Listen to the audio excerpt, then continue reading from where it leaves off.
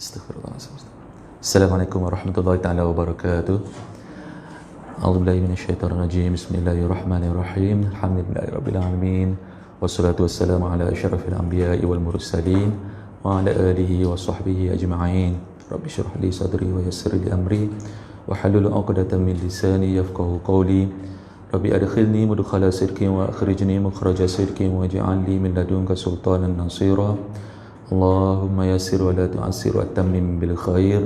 Subhanaka la ilma lana illa ma 'allamtana innaka antal alimul hakim. Wa la hawla wa la quwwata illa billahil aliyyil azim. Wa la hawla wa la quwwata illa billahil aliyyil azim. Wa la hawla wa la quwwata illa billahil aliyyil azim. Amma ba'd. Terima kasih kita ucapkan kepada Sidi Muzakir dan juga Darul Huda lah untuk sama-sama dapat menyusun dengan majlis pengajian kita kali ini. Katanya hari ini 2 sesi, esok 2 sesi, hari Sabtu 2 sesi kan. Pagi petang. Agak-agak kita dapat selesaikan jugalah walaupun bunyinya kita Arab. Tetapi tak apalah. Sama ada anda baca, lepas tu sambil-sambil tu sambil anda terjemah. Lepas tu kalau ada beberapa kesimpulan daripada apa yang dibincangkan tu, mungkin yang tu boleh dicatatkan oleh habab kita semua, insya-Allah. Baik, kita mulakan dengan kitab kita ini. Dan sebelum juga ataupun kita nak mulakan sebelum kita kitab ni, kena kenal tuan kitab dulu dia. Kena kenal kitab tu apa kitab kita ini. Jadi kalau nak dikirakan sebenarnya pengarang dia ini adalah Syekh Muhammad Al-Hashimi. Kalau kita kenal pun kita kenal kan. Kalau guru kita Syekh Yusuf bin Muhyiddin Rikubakhu Al-Hasani, tu guru kita kan. Guru pada dia pula namanya Syekh Abdul Qadir Isa. Jadi guru pada Syekh Abdul Qadir Isa adalah Syekh Muhammad Al-Hashimi, pengarang kitab kita ni. Tu sanad kita. Jadi supaya dapat kenal elok molek tahu kenapa kita pilih kitab kita ni ni. Nak bagi tahu guru-guru kita yang di atas tu, dia banyak dia karang kitab. Jadi kitab-kitab yang depa ni karang ni lah yang sesuai untuk kita nak tumpang tengok ambil berkat dia. Ambil berkat melalui ilmu yang disampaikan oleh guru-guru kita ni melalui kitab yang dia karangkan. Walaupun sebenarnya nama taraf guru mursyid ni yang lebih cantik itu adalah berbai'ah dan juga bersuhbah dengan dia. Bersahabat, duduk rapat, tanya permasalahan, ambil pengalaman pengajian dia dan sebagainya. Dia sebagai seorang salik pada satu ketika dahulu, maka dia pengalaman yang dia ambil itulah yang kita nak tumpangnya dia. Kita pun nak jadi sebagai salik juga kan, nak jadi tumpang pada guru mursyid juga. Tapi apa macam mana nak berjalan, macam mana adab dia, apa yang dia permasalahan yang nantinya kemungkinan akan ditemui ketika tengah berjalan sebagai seorang salik ini. Ni banyak yang kalau kita tak sempat dengan zaman dia, kalau dia masih hidup tak apa lagi, kita boleh tanya, kita boleh tumpang tengok, kita boleh hadir majlis dia dan sebagainya. Guru kita yang telah meninggal ni, lebih lagi Syekh Muhammad Al-Hashimi ni, dia meninggal tahun 1961. Kalau boleh tengok balik kitab manakib yang dikarang oleh Sidi Mus'ab, Sidi Tiku Ahmad Saufi, dalam manakib tu ada cerita lebih panjang lebar lagi dengan cerita sejarah hidup ataupun biografi yang berkaitan dengan Syekh Muhammad Al-Hashimi ini dia. Dan memang Syekh Muhammad Al-Hashimi ini adalah seorang yang kalau kita perwatakan dia adalah perwatakan yang cukup lemah lembut. Kalau Syekh Abdul Qadir Isa perwatakan garang, guru yang agak garang, tapi murid tak lari. Tapi Syekh Muhammad Al-Hashimi ini dia selalu sebut tariqatuna kulluha jamalun. Mana kami ini perjalanan kami, cara manhaj kami, cara tarbiyah kami ini semuanya jamal, semuanya elok, cara lemah lembut. Sampaikan Syekh Muhammad Al-Hashimi ini kalau dia buat pengajian di rumah dia di Bukit Qasim, di tengah-tengah yang Syria sekarang ni, yang kota Damsyik tu yang kita sebut tu, ada satu bukit namanya Bukit Qasim. Jadi rumah Syekh Muhammad Al-Hashimi ini dulu di atas bukit tu dah. Jadi kalau dia buat pengajian di rumah dia, anak murid yang mengajar, dia duduk kat tepi pintu, susun selipar dengan kasut. Dia duduk di situ. Musim panas lah, musim sejuk dah. Jadi nak bagi tahunya tuan guru besar. Tapi kebetulannya memangnya yang datang mengaji dengan dia, yang jadi anak murid ini semua bertaraf ulama belaka. Jadi kalau ada dia buat pengajian di rumah, anak murid dia mengajar, dia duduk kat buka pintu tu. Kalau orang yang tak pernah jumpa dengan Syekh Muhammad Al-Hashimi, pertama kali pergi pengajian di rumah dia, memang tak kenal. Sebab duk cari mana tok gurunya. Kata Syekh Muhammad Al-Hashimi terkenal. Last sekali dah balik dah, baru orang bagi tahu. Nampak tadi orang tua yang duduk tepi muka pintu tu, yang duduk jaga selipar apa tu. Tu Syekh Muhammad Al-Hashimi. Maknanya sekarang ni kita duduk mengajar, duduk atas kerusi kan. Patut duduk depan muka pintu juga apanya. Tapi tak jadi majlis dah kita sekarang ni kan. Baik. Kita cuba baca sedikit insya-Allah. Kalau dengan 6 sesi ataupun 6 slot pengajian ni, harap-harapnya kita boleh selesaikan dengan kitab kita ini. Kitab kita ni kalau nak kira daripada muka surat ni lebih kurang 24 muka surat. Jadi kalau satu slot cara mudah bagi mana 4 muka surat kita nak bacanya dia. Tapi bahasa Arab lagi. Nak terjemah lagi, tak apalah, kita tengok setakat mana yang Allah Ta'ala bagi rezeki pada kita insya-Allah. Tayyib. Bismillahirrahmanirrahim. Sallallahu ala Sayyidina Muhammad wa ala alihi wa sahbihi wasallam. Allah Ta'ala berselawat ke atas penghulu kita Nabi Muhammad dan juga ke atas ahli keluarga baginda dan para sahabat baginda wasallam, dan Allah Ta'ala salamkan ke atas baginda sallallahu alaihi wasallam. Alhamdulillahirabbil alamin. Segala pujian milik bagi Allah Ta'ala yang merupakan adalah Tuhan kepada keselian alam. Al-qaili fi kitabihil mubini. Yang Allah Ta'ala ini qaili, Allah Ta'ala firmankan fi kitabihil mubini, di dalam kitabnya, iaitu Al-Quranul Karim Al-Mubin, yang maha jelas, yang amat jelasnya Al-Quran ini, pengertiannya, maksudnya. Ya ayyuhallazina amanu taqullaha wa kunu ma'as shadiqin. Ya ayyuhallazina amanu, wahai orang-orang yang beriman, ittaqullaha, bertakwalah kamu semuanya kepada Allah Ta'ala, wa kunu, dan jadilah kamu semua ma'as shadiqin, bersama dan berserta orang-orang yang memiliki kejujuran. Jadi kenapa Syekh Muhammad Al-Hashimi pilih ayat Al-Quran ni? Kitab-kitab yang kita bincang ini kitab dalam bidang ilmu tasawuf, dan cerita-cerita orang tasawuf ataupun orang sufi, dan dipilihkan dengan ayat Al-Quran ini dalam mukaddimah dia.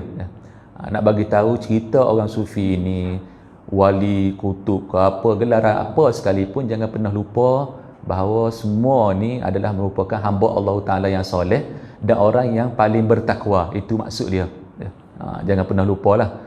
Takutnya diceritakan bab-bab waliullah apa ni seolah-olah mereka ni datang daripada alam yang lain. Tidak. Mereka manusia macam kita juga. Cuma membezakan antara dia dengan kita adalah sifat takwa ini. Jadi dia ni, waliullah ini, mana-mana waliullah pun, maka dia ini adalah orang yang paling bertakwa. Kerana itu dia tinggi makam dia di sisi Allah Subhanahu Wa Taala.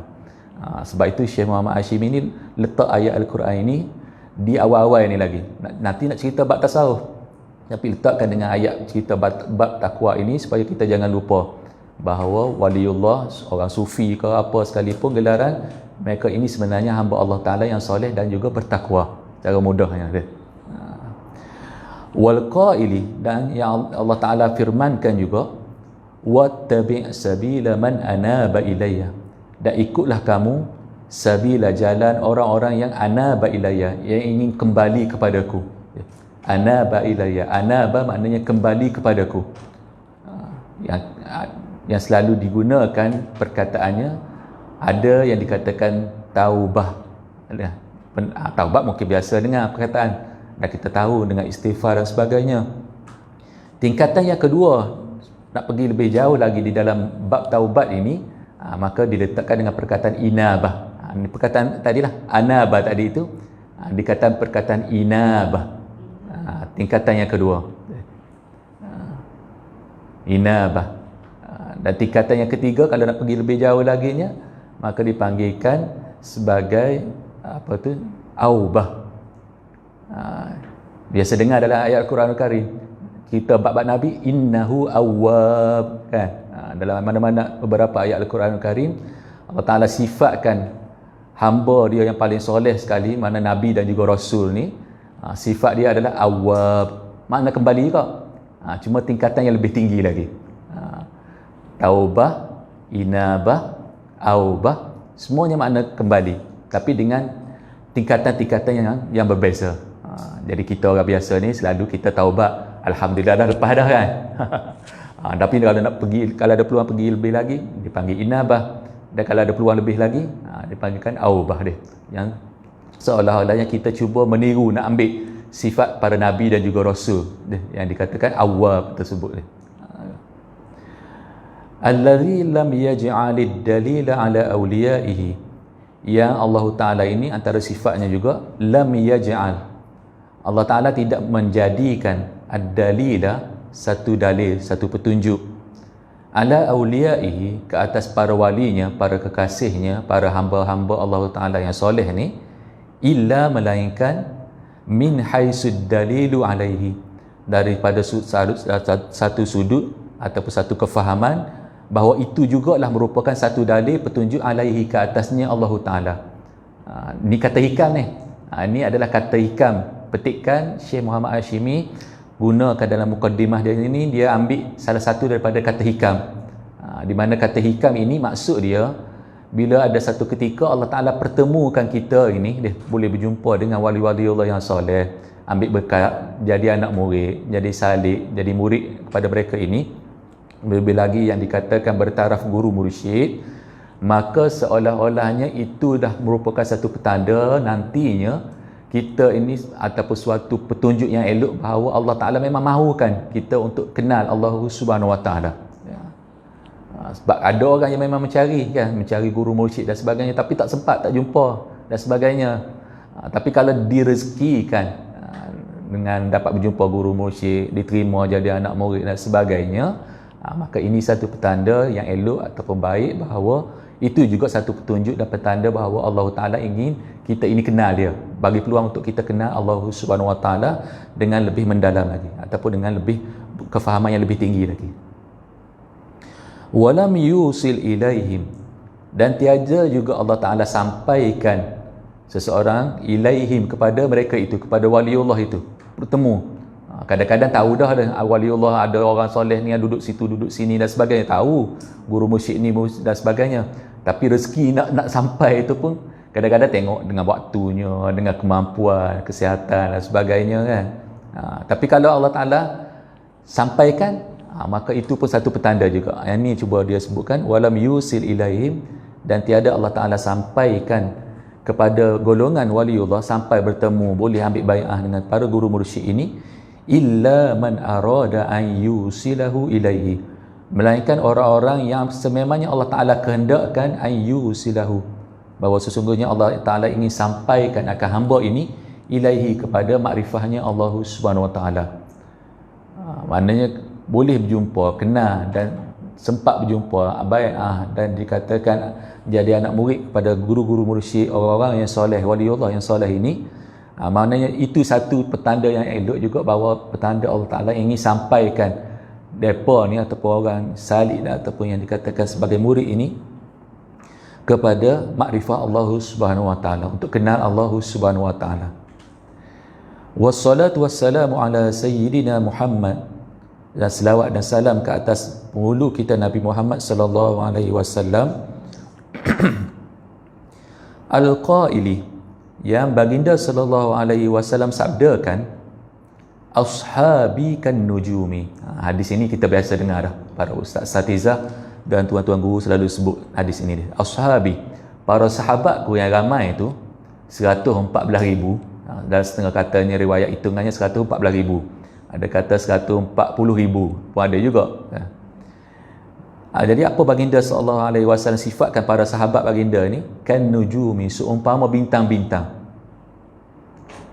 Bi ayyihi muqtadaitum ihtadaitum, dengan mana salah satu daripada kalangan para sahabat itu iqtadaitum, kamu ikut dia. Kedua, iqtadaitum ni yang kita selalu dengar perkataannya, ada perkataan kedua. Itu maksud kedua ini maknanya ikutan. Mana bukan ikut ini bukan satu dua, maknanya seolah cara hidup dia tu, sahabat tersebut. Sepanjang panjang dia masuk Islam sampai dia meninggal apa tu, maka kalau itu yang dijadikan ikutan, ihtadaitum, kamu akan dapat petunjuk, kamu dapat hidayat daripada Allah Subhanahu Wa Taala. Tengoklah pula dalam bidang apa, sebab setiap separa sahabat yang ramai-ramai itu ada kepakaran masing-masing. Abdullah bin Abbas, Sayyidina Abdullah bin Abbas, Ibnu Abbas ni, kepakaran dia adalah dalam bidang fiqh dan juga tafsir. Maknanya kalau nak cari tafsir, jangan cari sahabat-sahabat yang katanya daripada apa tu, daripada Arabi, daripada orang Arab yang duduk jauh dan sebagainya. Maka yang sahabat kalau nak cari bab hukum, Abdullah bin Mas'ud, Abdullah bin Abbas, Sayyidina Anas bin Malik dan sebagainya. Maka yang sahabat macam ini ikut dalam bidang itu. Dalam bidang apa lagi? Kalau bidang kepimpinan, ada khulafa ar-rasyidin yang 4. Maka diikutkan dalam itu. Ada, mana setiap sahabat yang 114,000 itu, dia menggambarkan masyarakat Islam yang pada tahap apa? Nak jadi orang biasa, ada contoh orang biasa sahabat. Macam mana dia buat jadi sebagai orang biasa? Contoh yang orang biasa tak ganggu orang apa? Kena ikut Abu Dzar Al-Ghifari. Abu Dzar Al-Ghifari, walaupun pada masa baginda sallallahu alaihi wasallam dalam bab pentadbiran ke apa dia ada pegang, tapi selepas pada Rasulullah sallallahu alaihi wasallam wafat, dia menyendiri, duduk jauh pada orang, dia satu keluarga ya. Sampai meninggal sampai tak ada orang tahu. Sampai last sekali Sayyidina Abdullah bin Mas'ud kebetulan lalu jalan tu, kenal ni jenazah Sayyidina Abu Dzar Al-Ghifari. Dia yang tolong sempurnakan dan juga tanamkan Sayyidina Abu Dzar Al-Ghifari. Itu contoh dia dah. Tapi itu tengoklah rezeki kita masing-masing. Bukan kita pilih juga. Aku rasa aku nak ikut macam apa Abu Ayyub Al-Ansari, kalau aku nak ikut macam ni. Tak juga, tengok rezeki yang Allah Ta'ala berikan kepada kita macam mana. Tapi bila kita tengok, perhati balik, oh aku ini serupa dengan sahabat ni dan macam ni. Kalau tengok, boleh tengok, maka boleh nampaklah bahawa nak bagi tahunya melalui hadis ini, sesiapa yang ikuti perjalanan kerohanian sebagai seorang salih ini dan ditarbiyah oleh seorang guru mursyid, maka kemungkinannya nanti akan tengoklah bahawa ini pada sahabat yang mana yang dia akan ikutkan nanti. Bukan maksud hadis ini bahawa dia nanti jadi seperti sahabat. Tak, sahabat memang satu makam yang cukup tinggi, tak ada orang yang boleh rangkau dah. Hatta waliullah yang soleh sekalipun, tak ada orang yang boleh kejar dah. Makam sahabat, kedudukan, gelaran sebagai sahabat ini khusus pada depa ni saja. Cuma yang dikatakan ikutkan ini, maka dikatakan sebahagiannya dia. Wal qaili, dan yang juga baginda sallallahu alaihi wasallam sabdakan juga hadis yang lain pulaknya, ad-dinun nasihatu. Ni hadis yang popular juga, yang kita selalu dengar juga. Antara sifat beragama ini adalah an-nasihatu, memberikan nasihat. Tapi kena ada syarat dia pula lah, yang telah disusunkan oleh para ulama kita. Nasihat macam mana, depan ramai ke, seorang-seorangan ke macam mana, ada nanti. Qulna, maka para sahabat kami tanyakan, sahabat tanya balik kepada baginda sallallahu alaihi wasallam, liman, memang kami nak bagi nasihat, tapi pada siapa? Nak tuju pada siapa? Ataupun demi siapa? Maka baginda sallallahu alaihi wasallam sambung lagi, lillah, demi Allah Subhanahu wa taala. Mana apa-apa saja yang berkaitan nak ceritakan tentang sifat Allah Taala, bagi nasihat. Nak cerita, nak perbetulkan akidah orang lain dan sebagainya dia. Mana bagi? Wali kitabihi. Nanti kalau nak bagi nasihat pun ada demi kitab ataupun demi maksud Al-Quranul Karim, bagi tahu pengertian yang sebenar, apa maksud ayat Al-Quran ini. Wali rasulihi, dan juga demi Rasulullah sallallahu alaihi wasallam. Para sahabat tak apalah, mereka boleh tengok, boleh tahu apa sifat Nabi apa semua. Orang kemudian tak tahu, maka disampaikan melalui jalan nasihat ini. Cerita balik apa akhlak Rasulullah, apa syariat, apa hukum, apa yang baginda sallallahu alaihi wasallam buatkan.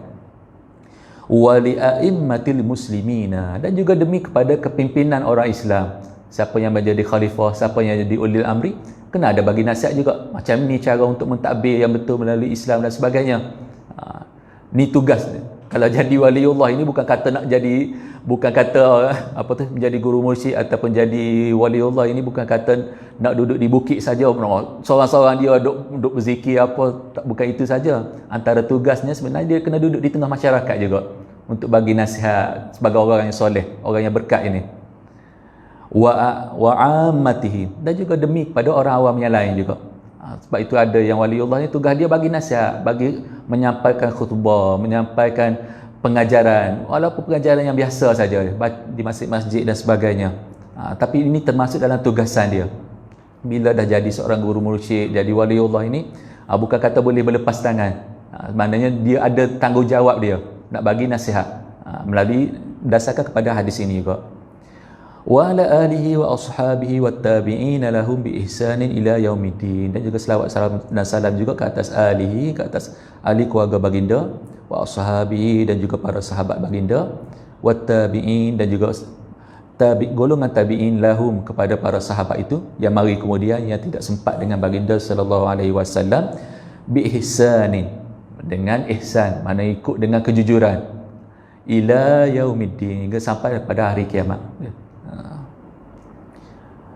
Mana kita ni pun termasuk dalam tabi'in itu jugalah sebenarnya. Salafus soleh itu memang kita tahulah 300 tahun yang pertama, dalam setengah riwayat yang katanya 500 tahun yang pertama. Tapi kalau kita juga menumpang, mana kita ikut juga sekali dengan mereka itu juga, di atas jalan golongan para sahabat dan juga para tabi'in ini. Amma ba'du, fayaqulu al-'abdul faqiru ila Allah Ta'ala, maka menyebutkan oleh seorang hamba yang fakir. Dia orang alim besar tapi dia orang rendah diri. Dia sebutkan seorang hamba yang fakir, yang sentiasa berhajat. Fakir ini memanglah kita fahamnya fakir ini tak ada harta. Tapi kita ini sebagaimana ayat Al-Quran kali, antumul fuqara'u ila Allah. Makna kita ni fuqara ini mana bergantung, berhajat, perlu kepada pertolongan daripada Allah Taala. Maka kita ni fakir. Kena mengaku. Walaupun harta jutawan pun kena cakap fakir. Mana fakir bukan fakir harta, tapi fakir mana berhajat, perlu kepada pertolongan Allah Ta'ala sepanjang masa, setiap saat. Maka itu sifat seorang hamba yang sebenar. Jadi nama penuh daripada syekh kita ini Muhammad bin Ahmad bin Al-Hashimi. Jadi selalu kita rengkan ni orang Arab ni kadang-kadang nak sebut bin dia panjang ni, kadang-kadang yang tuan punya nama dibingkan terus kepada datuk ataupun dibingkan terus kepada moyang. Sebab tu selalu kita sebut Syekh Muhammad Al-Hashimi, Syekh Muhammad Al-Hashimi. Rupanya Al-Hashimi ni nama tok dia. Semua cuma direngkaskan selalunya. Orang Arab dia bila dah panjang sangat dia ringkaskan. Jadi ayah dia nama Ahmad, tok dia nama Al-Hashimi bin Abdurrahman, sampai kepada moyang dia nama Abdurrahman At-Tilmasani. Tilmisan pun ada orang sebut juga. Salah satu daerah di Algeria sekarang, tepi laut. Kalau tak silapnya sepadan dengan Tunisia. Tilmasan ini satu daerah yang kalau kita baca lagi kisah-kisah biografi waliullah yang pernah ada di Tilmasan ini adalah Sayyidi Abu Madian. Pernah dengar kan? Abu Madian Al-Ghausi, yang dikatakan Ghaus, waliullah pada tahap Ghaus ataupun kutub pada zaman dia. Dia ini berada di daerah lain di Jazair ataupun di Algeria itu. Cuma dengan takdir Allah Ta'ala, dia nak pergi ke arah Maghribi, dia meninggal di Tilmasan. Sampai kubur dia, makam dia sekarang ada di Tilmasan. Mana di situlah daerah juga tempat lahirnya Sayyidi Syekh Muhammad Al-Hashimi. Cuma sekarang Syekh Muhammad Al-Hashimi kubur dia adalah di Dimashq, di Syria.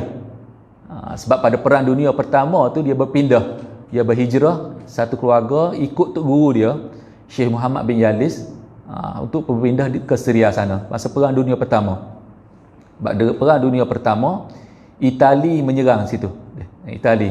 Kita dah tengok kisah cerita tayangan gambar apa tu Syekh Omar Mukhtar dan sebagainya tu. Kisah kawasan area tu lah tu. Kawasan Jazair, kawasan apa tu. Jadi ramai daripada penduduk masa tu kalau tak berperang mana melarikan diri. Pasal berpindah ke tempat lain. Macam Syria yang berlaku sekarang ni lah. Jadi sampai Syria sekarang ni tinggal 30% penduduk. 70% rakyat jadi pelarian. jadi ada sampai ke tempat kita dan sebagainya ni. Jadi nak bagi tahunya yang penting kita dapat ambilnya bahawa Syekh Muhammad Al-Hashimi asal dia kenapa digelar Tilmasan, sebabnya memang berasal pada situ tempat lahir dia.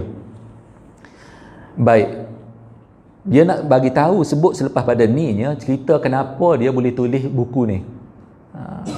Jadi buku ni orang dulu dia tak ada tulis saja-saja. Kita sekarang ni tulis saja-saja. Jadi menyebabkan kadang-kadang tak dapat ambil faedah daripada apa yang dituliskan tersebut. Tetapi yang disebutkan oleh Syekh Muhammad Al-Hashimi ini, dia terlebih dahulu sebutkan kenapa dia tulis dengan kitab dia ini. Qad sa'alani akhuna, telah bertanya kepada akanku, akhuna, saudara kami fillah, al-arif billah, seorang waliullah juga.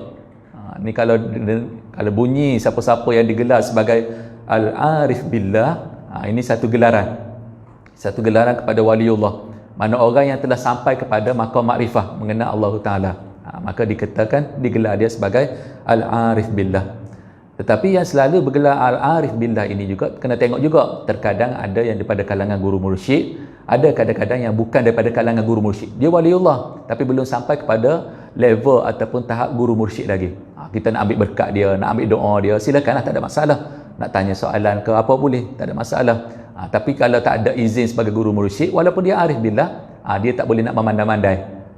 Sebab ijazah ini cukup mahal. Ijazah sebagai seorang guru mursyid hanya diberikan kepada yang layak saja. Mana yang arif billah itu mungkin ramai, tapi yang jadi guru mursyid ini sampai ke tahap guru mursyid mungkin seorang, dua orang, dan jadi tak ramai. Jadi yang bertanya kepada Syekh Muhammad Al-Hashimi ini yang bertaraf arif billah juga, waliullah juga, tapi yang belum sampai kepada guru mursyid. Sebab itu dia tanya kepada Syekh Muhammad Al-Hashimi yang sememangnya telah sampai pada taraf guru mursyid. Sebab guru mursyid ini seolah-olah dia ini mujtahid dalam bidang tasawuf ini. Sebab selalu kalau kita mengaji fiqh, selalu dah dengar mujtahid, ijtihad dan sebagainya kan, dalam bidang fiqh. Kalau dalam bidang tasawuf, mereka yang diberikan ijazah sebagai guru mursyid ini, maksud dia seolah-olah orang yang mujtahid, diberikan peluang untuk dia nak berikan pandangan dan pendapat, dan juga bagaimana cara mentarbiyah anak murid itu yang diberikan kebenaran oleh guru dia juga, yang bertaraf guru mursyid juga. Sebab itu ada sanad. Jangan kata bunyi sanad, oh ni bidang hadis je. Tak, tasawuf ada sanad juga. Sebab itu kita lebih berhati-hati juga dalam bidang ilmu tasawuf ini. Tak boleh kata nak pergi ambil ikut suka, mengaji kitab ataupun nak diambil pada siapa-siapa. Tengok dulu, adakah ada bersanad ke macam mana dan sebagainya, ada guru ke tidak dan sebagainya. Baik, apa yang dia sebutkan bahawa arif billah ini al-ustazu al-jalil Sayyidi al-Syekh Abdul Qadir Ali. Syekh Abdul Qadir Ali nama dia. Yang tanya ni, arif billah ini nama dia Syekh Abdul Qadir Ali nama dia, Imamul Mansurati. Dia imam di masjid di daerah Mansurah di Syria sana. Sebab nama Mansurah ni popular juga. Di Syria pun ada, di Mesir pun ada juga daerah nama Mansurah. Di Mansurah ini adalah Mansurah masjid, daerah masjid mukim yang di Syria sana. Jadi imam masjid Syekh Abdul Qadir Ali ini, dia nak tanyakan an masailah, daripada beberapa permasalahan qad taqa'u, yang kadang-kadang berlaku, liman yadkhulu fit tariqi, bagi orang yang masuk di dalam perjalanan ini. Perjalanan tariq maksudnya jalan, tapi kalau dalam kitab-kitab tasawuf, kalau jumpa perkataan tariq, mana jalan kerohanian. Kalau kita nak terjemah, nak tulis, apa maksud tariq ataupun tarikat yang kita selalu dengar, tarikat maknanya jalan kerohanian, manhaj, cara tarbiyah, itu maksud dia. Nanti pula cari mana jalan dia. Tak, jalan itu maksudnya manhaj, cara tarbiyah oleh guru mursyid itu, itulah tariq. Kita dididik, dinasihat, kadang-kadang sekali kalau kena marah, tak ada masalah. Itu maksud dia yang dikatakan sebagai tariq. Bukan semata tariq ini bukan kata kami zikir saja, ambil zikir tu zikirlah, tidak. Itu baru separuh kecil daripada bahagian tariq. Tariq ini maksudnya 3 rukun utama dia: zikir, ilmu dan muzakarah. Kena ada tiang dia. Kalau tanya apa tiang kepada tariq ini, zikir. Ini kita tahu dah, bilangan dan apa sebagainya. Ilmu pun penting juga. Yang keduanya ilmu tu penting juga. Kalau tak cukup lengkap lagi fardu ain, ngajilah fardu ain. Walaupun dah ambil bai'ah dah, ambil zikir dah daripada mana-mana guru. Ilmu penting juga. Nak perbetulkan ibadat fardu ain. Ngajilah hadis, mengajilah apa lagi bidang akidah apa semua. Itu penting juga kepada seorang salik. Bukan kata salik ni kita menjadi salik ambil wirid dan sebagainya, pandai-pandai kita lah, kita berzikir lah banyak, nanti jadi tok wali lah kita. Ada. Bukan itu maksud dia. Kena ada ilmu juga, pengajian kena belajar. Dan ramai daripada kalangan guru mursyid ini, nama guru mursyid, tapi dia dalam bidang fiqh dia boleh jadi mufti. Dia dalam bidang hadis dia lah ulama hadis juga. Tapi jarang-jarang orang sebut. Tu tuan guru arif billah begini. Jadi lebih terkenal dalam bidang tasawuf. Walaupun sebenarnya dia ketika dia mengaji dulu pun dia mengaji semuanya sekali, fiqhnya dengan akidahnya, dengan tafsirnya, qiraat dan sebagainya, dia mengaji cukup lengkap. Sebabnya tarik perjalanan walaupun perjalanan kerohanian, tapi ilmu yang kita dok mengaji, kita dok mengaji dah selama ni pun itu sebenarnya banyak membantu dalam perjalanan kerohanian. Dan yang ketiganya adalah muzakarah.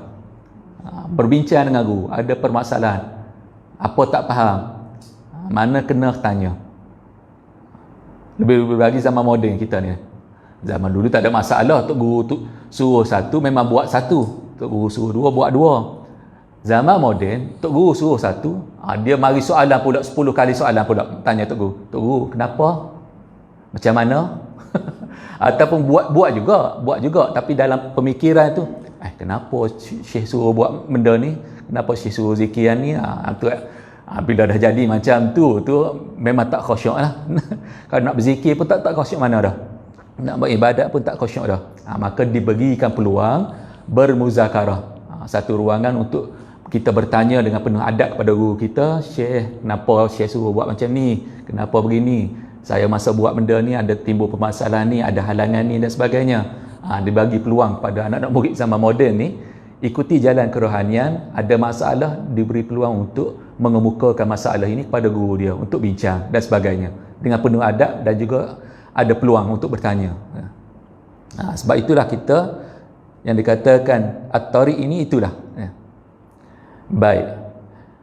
Fayashtashkilaha, maka dia menganggapkan perkara itu sebagai satu masalah.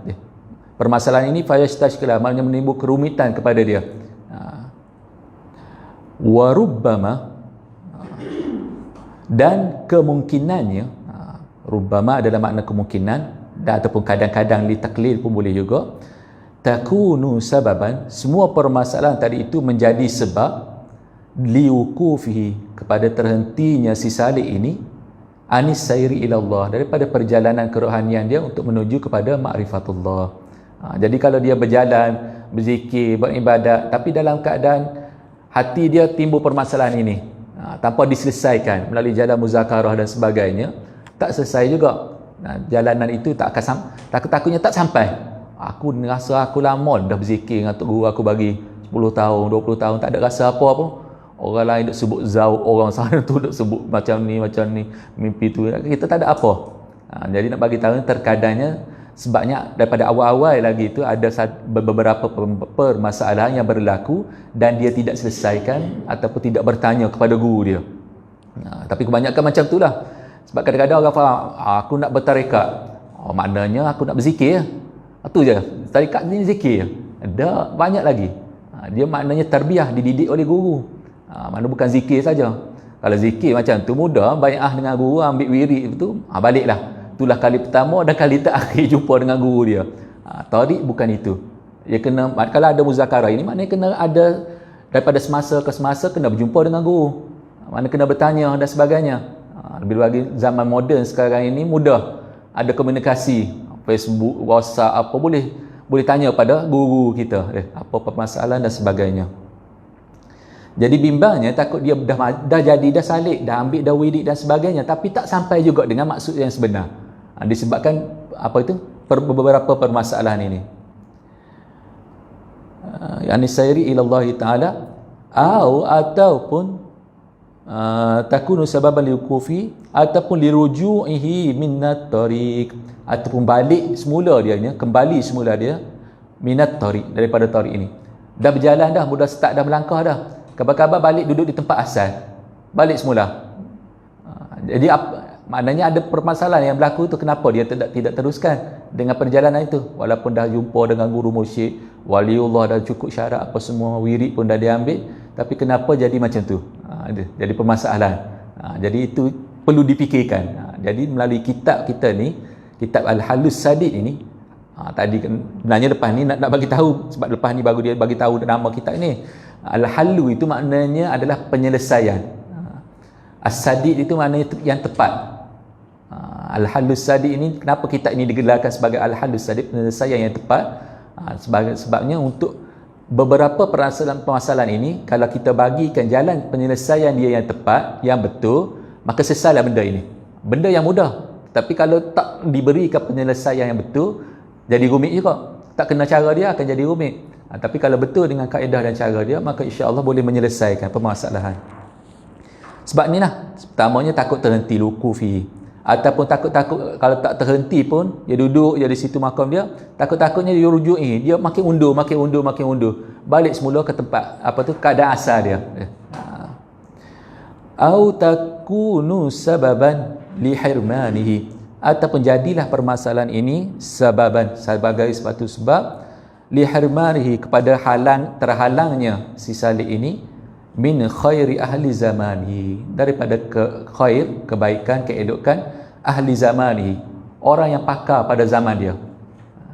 Mana setiap zaman, setiap masa, contohnya waktu yang kita duduk sekarang ni, dalam setiap bidang fiqh, akidah, tasawuf, apa semua, ada pakar masing-masing, ahlun dia, ada ahli dia, kepakaran dia.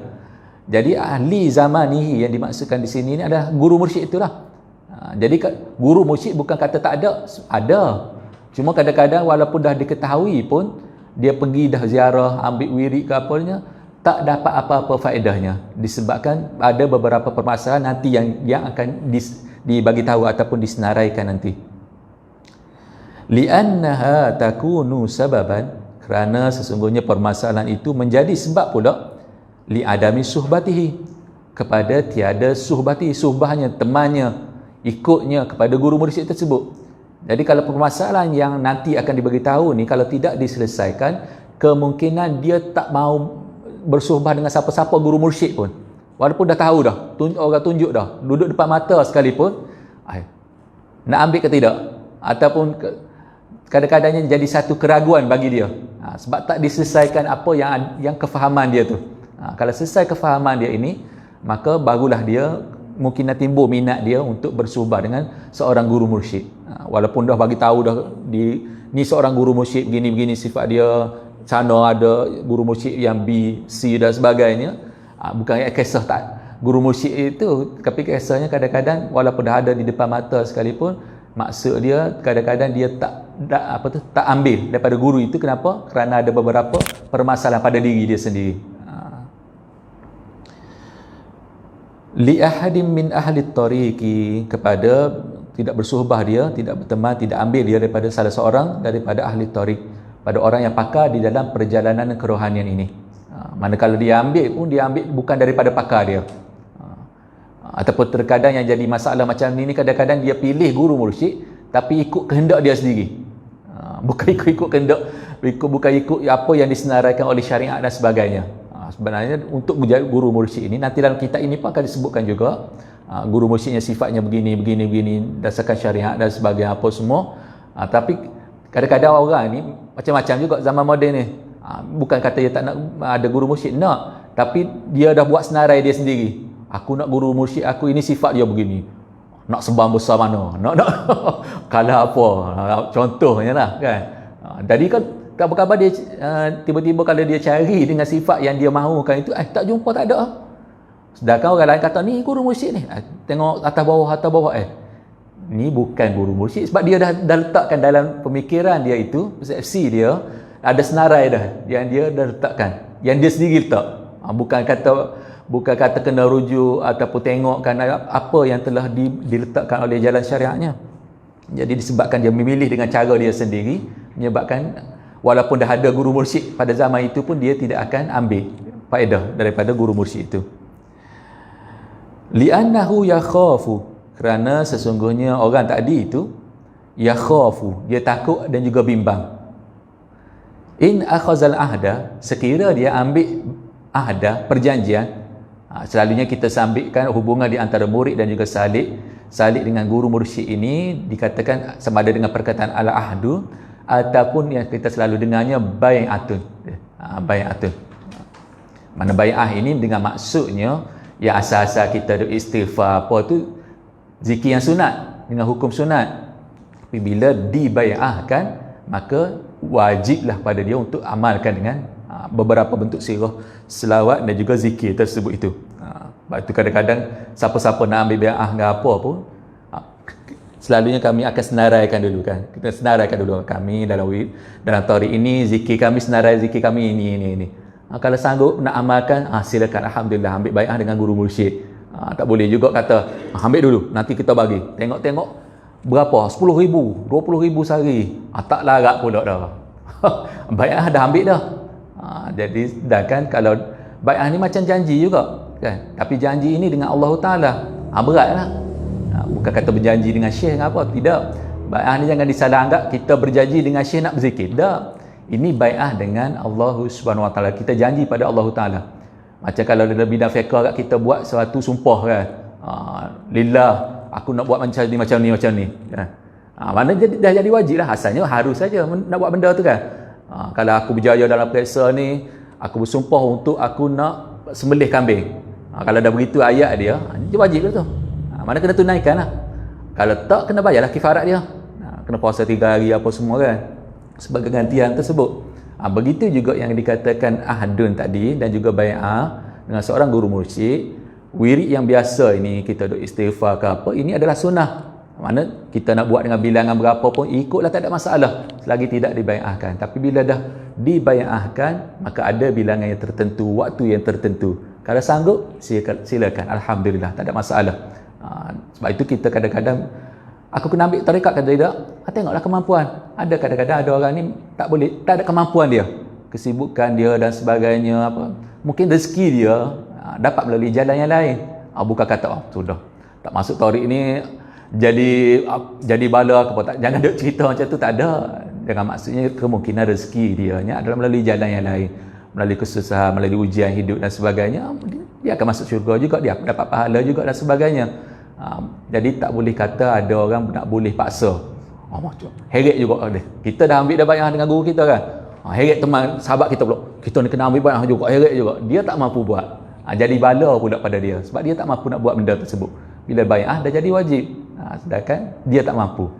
Jadi sebelum ambil bai'ah itu fikirkan elok-elok, buat pilihan elok-elok dan sebagainya. Selagi tak dibai'ahkan, ada peluang untuk memilih. Kalau tidak, bila dah dibai'ahkan, kena amalkan. Tak boleh kata tiba-tiba bai'ah, selepas pada tu tak nak dah lah pula benda ni.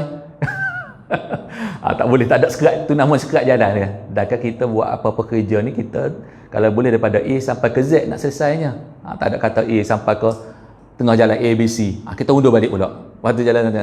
Jadi kitab kita ini nak bagi tahu orang yang dikatakan nak ikut perjalanan kerohanian ni supaya dia sampai A sampai kepada Z tu.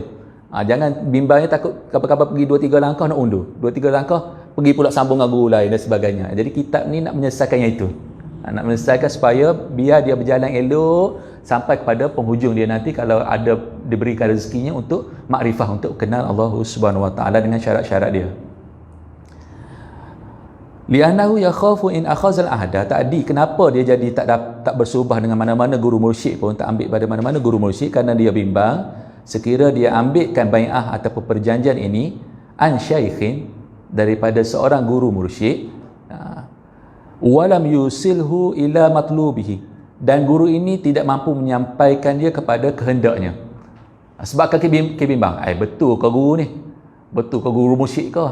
Walaupun syarat-syarat tu kita dah letakkan apa semua dah, guru mursyid begini, apa syarat dia, mesti kena syariah, mesti dia telah diberikan sanad izin oleh guru dia juga dan sebagainya, apa semua cukup syarat dah. Cuma disebabkan dia ada macam orang kata was-was juga. Was-was inilah menyebabkan kadang-kadang tak dapat kebaikan kepada dia. Macam kita solat jugalah kan, kita solat akad takbir biarlah 1 kali ya, ataupun paling-paling kalau tertinggal rukun ke apa dalam takbir tu, ni tertinggal niat ke apa, 2 kali 3 kali kan. tak nak jadi macam was-was 10 kali, 40 kali. Tak dapat kebaikan juga. Jadi begitu juga perjalanan kerohanian ini pun begitu juga.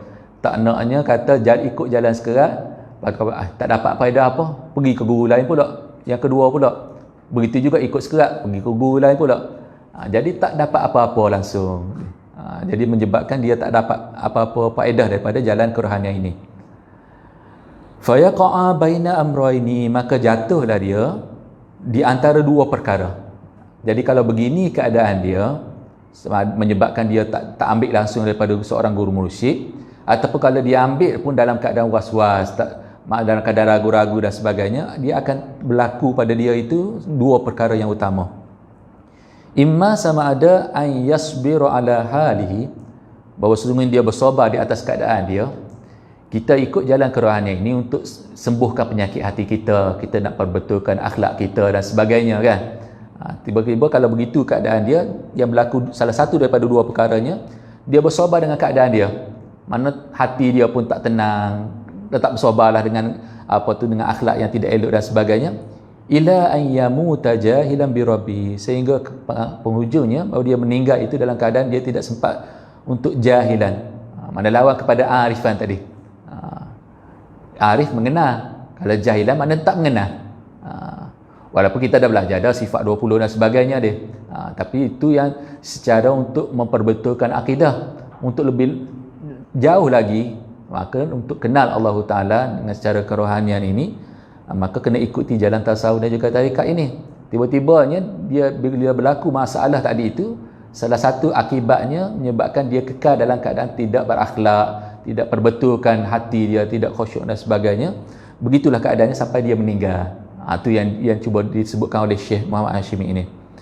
Wa imma, dan sama ada pilihan yang keduanya, ay yankutha ahdahu bintiqali ila syaikhi ghairihi, ataupun bahawa sesungguhnya dia batalkan, yang kutha ini dia batalkan ahdahu, perjanjian bai'ah dia tadi, bintiqali, dengan berpindahnya seseorang tadi itu, ila syaikhin ghairihi, pada guru yang selain pada guru yang dia yang pertama tadi.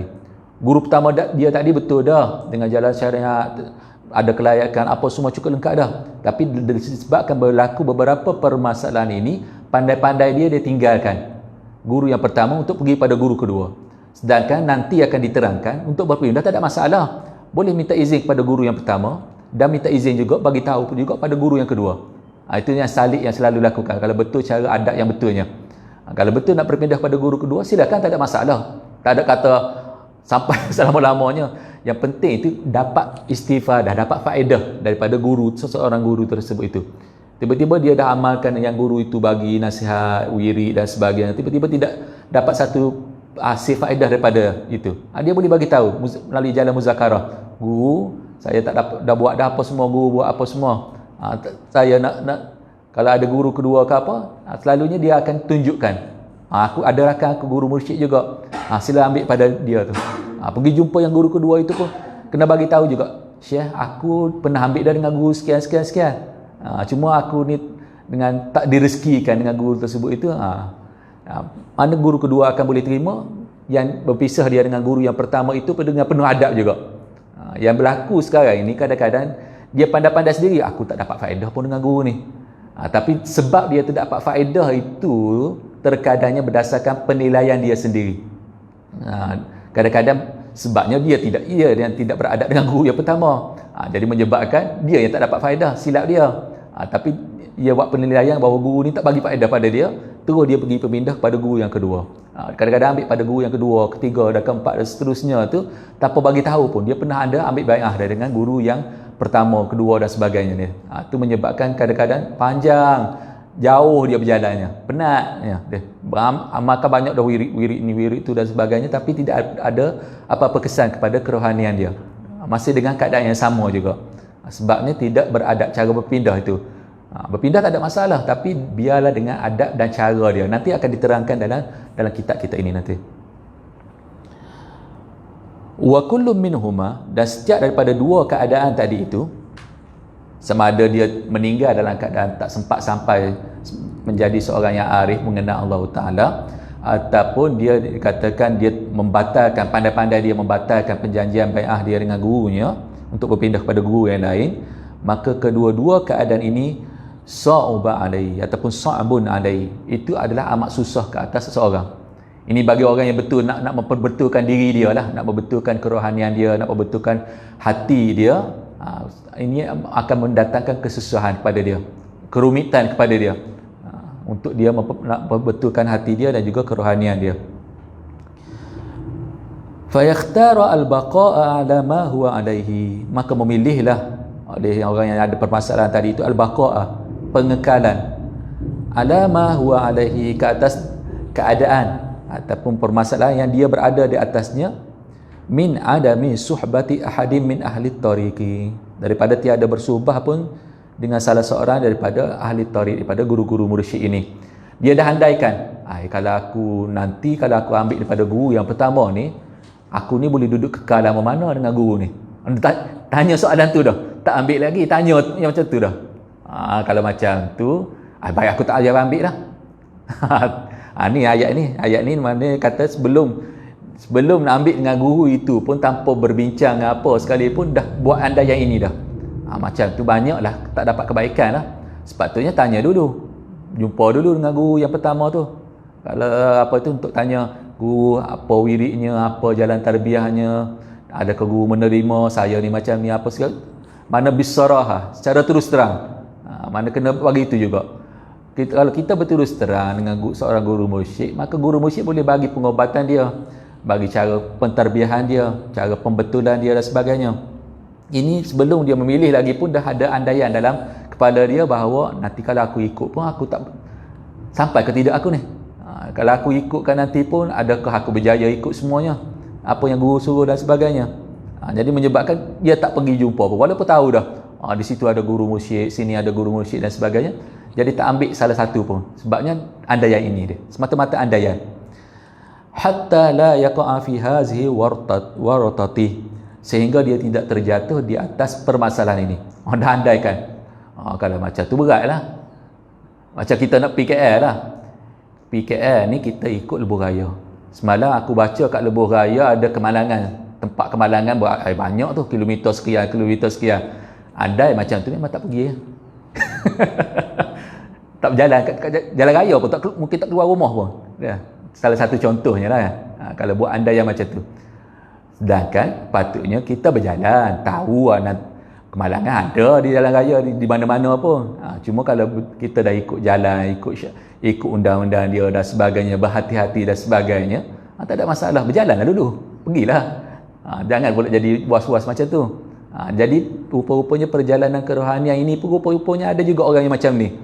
Jadi bimbangnya nanti nantinya takutnya kalau aku ikut boleh ikut semua ke? Kalau wirid dia pula macam mana, banyak mana pula.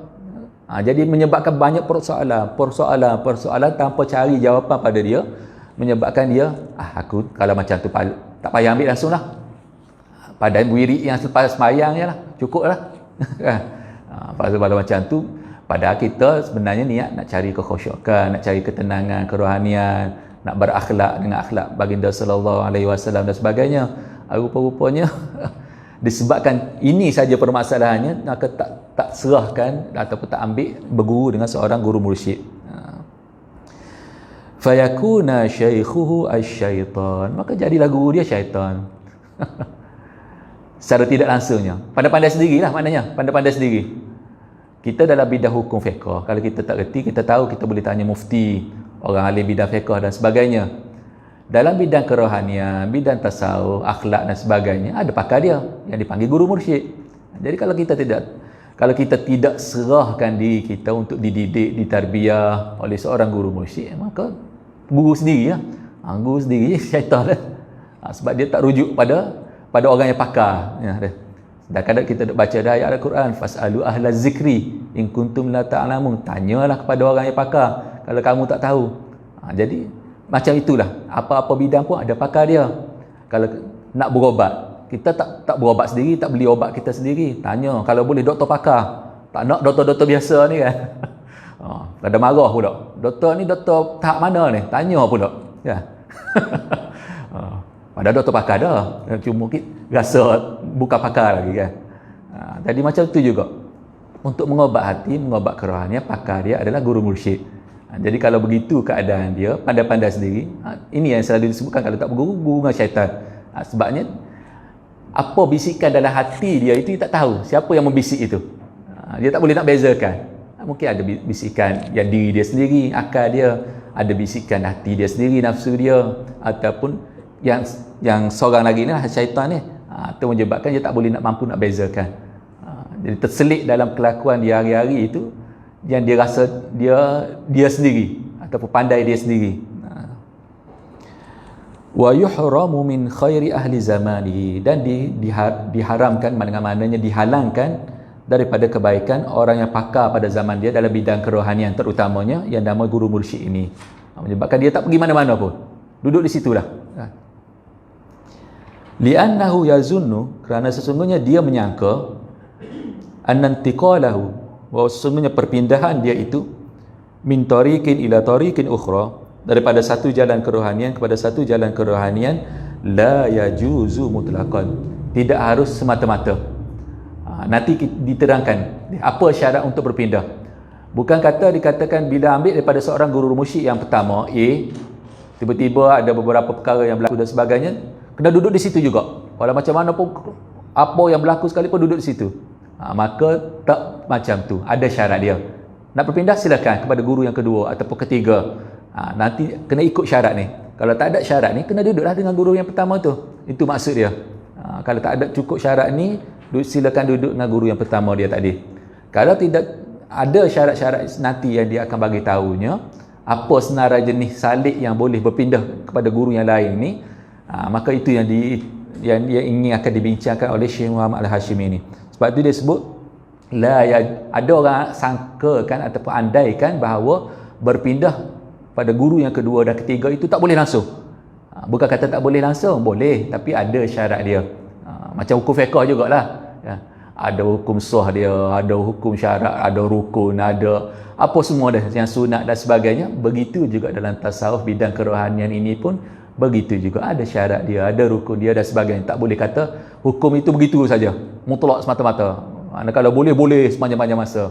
Kalau tak boleh, tak boleh sepanjang-panjang masa. Tak, ada waktu dia kan.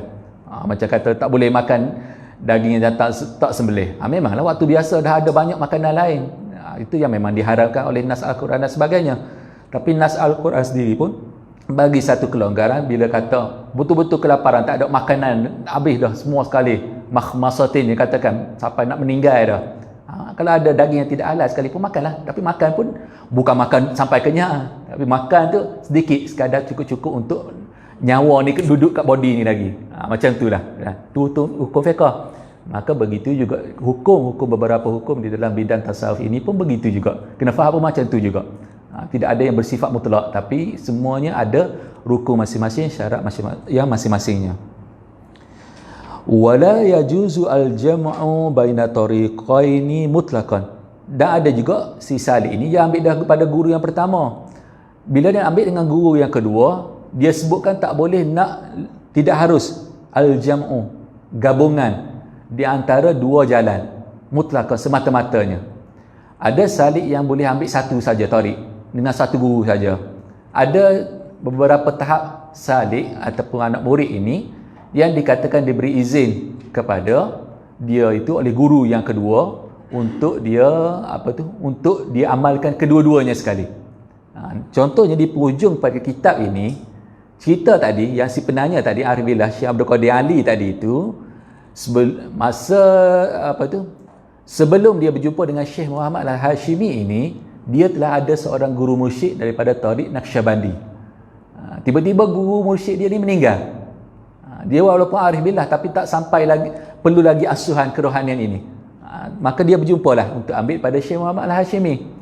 Sampai penghujung kitab ni Syekh Muhammad Al-Hashimi kata, taraf kamu ini kamu boleh amalkan kedua, silakan. Orang layak lah, orang ada kelayakan, silakan. Kalau orang biasa salik macam kita ni, satu tu je kan. Macam juga kita belajar fiqh juga kan. Belajar fiqh kita mazhab Asy-Syafi'i. Hatta nanti pun kalau buka kita belajar ataupun baca Mazhab yang 4 lagi kan. Dalam Maliki ada pandangan macam ni, dalam Hambali macam ni. Kita itu untuk sekadar pengetahuan, tapi praktikal harian kita kekalkan dengan Syafi'i satu ni saja, kan? Tak boleh kata dalam fiqh tidak ada yang dihalang ataupun yang sepakatnya tak ada namanya talfiq, mana penggabungan. Banyak sangat mazhab fiqh ni 4 ni. Kita buat satu, ambil satu sikit daripada Syafi'i, ambil sikit dalam satu-satu permasalahan. Maksudnya contohnya dalam sembahyang, takbiratul ihram kita ambil Syafi'i, nanti nak iktidah kita ambil Maliki, tahiyat nanti tasyahud kita ikut Hanafi. Jadi menyebabkan itu tasfiq. Itu kesepakatan 4 mazhab bahawa itu diharamkan kalau nak buat macam tu. Jangan memandai-mandai. Kalau katanya solat Syafi'i saja 10 daripada awal sampai akhir, nanti kita nak bayar zakat kita ikut Hanafi, sebab Hanafi kata kita boleh bayar dengan wang, tak payah nak bayar dengan berdasarkan makanan kita, tak payah bayar dengan beras dan sebagainya. Maka tak ada masalah kalau itu betul yang difatwakan oleh mufti, tak ada masalah. Kalau itu dalam permasalahan yang berbeza, tidak ada masalah. Begitu juga tarik ini, tarik kita berbagai, kita selalu dengar kan, ada Syazuli, ada Naqsyabandi, ada Qadiri, ada Syisti, dah entah berapa banyak nama lagi. Tu yang sampai tempat kita ya tu. Kalau pergi negara Arab entah nama apa lagi, banyak lagi namanya. Jadi macam mana keadaannya? Beginilah keadaan bila berlaku kepada Syekh Abdul Qadir Ali tadi itu. Guru pertama dia Naqsyabandi meninggal.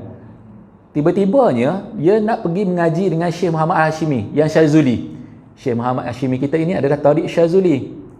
Jadi macam mana? Aku ada terima wirid dah daripada guru aku Naqsyabandi, cuma dia dah meninggal. Sekarang aku nak berguru dengan kamu dan kamu menerima aku sebagai anak murid. Lepas tu macam mana ni? Aku kena tinggal terus kau semua wirid-wirid yang aku amalkan dulu. Di penghujung ini pun Syekh Muhammad Hashimi bagi izin pada dia. Menyebabkan yang kita kesimpulan cara mudahnya, contohnya kalau kita sekarang Syazuli, kena rujuk pada guru kita. Guru, dulu saya ada pernah amalkan wirid sekian-sekian, dah terbiasa dah amal. Rasa macam sayang nak tinggal macam apa? Bagi tahu guru dulu. Mana guru boleh izinkan kita amalkan guru juga wirid yang guru yang dah berikan kepada kita, dan begitu juga mana-mana wirid yang lain yang dikatakan kita dah amalkan selama ni. Mana tak ada masalah, diizinkan. Kalau dah diizinkan tidak ada masalah. Walaupun marinya itu datangnya daripada tarik yang lain sekalipun wirid tersebut ataupun cara amalan tersebut. Tadi ada masalah. Tengoklah keadaan dia. Ada yang diizinkan, ada yang tidak. Tapi rujuk kepada guru dahulu. Ini yang jadi permasalahan yang cuba dibincangkan di sini. Macam mana? Adakah memang tak boleh ambil langsung, kena ambil satu saja? Ataupun macam mana? Tengoklah keadaan dia. Nanti dia akan bagi tahu. Wa ya'uddu zalika naqdan.